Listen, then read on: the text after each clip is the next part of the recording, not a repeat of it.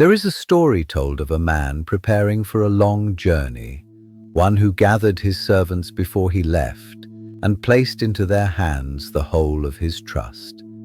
To one he gave 5 talents, to another 2, and to another 1, each according to what he could carry, each given not as a test of arithmetic, but as an offering of confidence.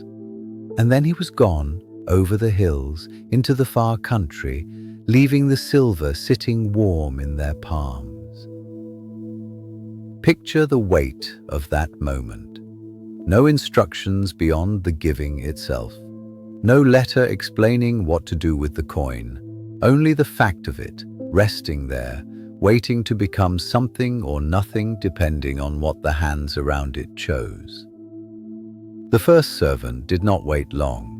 He went out into the marketplace, into the noise and risk of buying and selling, and by the time his master returned, the 5 talents had become 10. The second did the same with his portion, and his 2 became 4.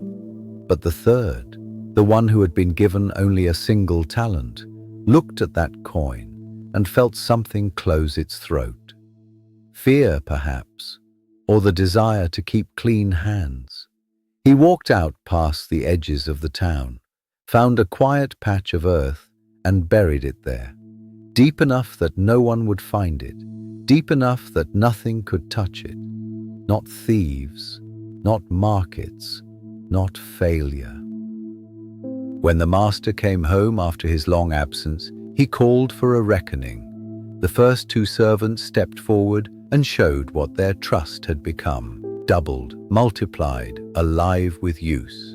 And to each the master said the same words, "Well done, thou good and faithful servant. Thou hast been faithful over a few things. I will make thee ruler over many things." Not because the outcome was guaranteed when they walked into the market that first day, only because they walked. Then the third servant came forward, and he did not bring growth. He brought only the return of what had been given, untouched, unspent, unrisked. "Lord, I knew thee that thou art an hard man, and I was afraid, and hid thy talent in the earth. Lo, there thou hast that is thine." He believed he was being careful. He believed safekeeping was its own kind of faithfulness. But the master's answer cut through that belief entirely. "Thou wicked and slothful servant." Because what had been entrusted to him was never meant to sit still. It was meant to move through the world, to be handled, to be put at risk, even at the risk of loss, because a buried coin serves no one, warms no one, becomes nothing more tomorrow than it was today. There is a certain kind of stillness that looks like wisdom and is really only fear wearing a careful face. The earth will hold anything you give it without complaint. That is its nature, but it gives nothing back either. What is planted to grow must break its stillness. What is buried to be safe simply waits, unchanged, for someone to come looking for it, and finds instead that time has passed it by. This is the same quiet instruction folded into an old Chinese proverb, spoken across centuries in far fewer words. Better to light a candle than curse the darkness.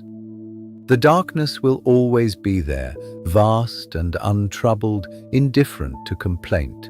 Cursing it changes nothing about its depth, but a single candle, however small the flame, however easily it could be blown out, does something the darkness cannot undo.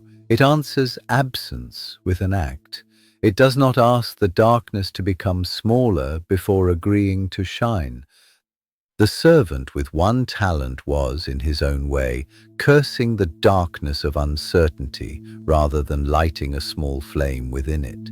He named the master hard, named the world risky, named fear reasonable, and then let all of that reasoning become an excuse for burial.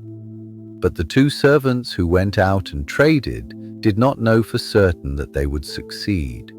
They only knew that stillness guaranteed nothing, while motion, at least, held the shape of possibility. Whatever has been placed in your hands, a talent, a gift, a single flame's worth of courage, was never given so that it could be kept exactly as received. The ground does not ask to be disturbed, and yet everything that grows must first disturb it. The dark does not ask to be lit, and yet the candle does not wait for permission. What you carry now, however small it seems beside another's 5, was measured for your hands alone. It was not given to be returned unchanged. It was given to be spent into the world, risked into light, and multiplied simply by the courage of its use.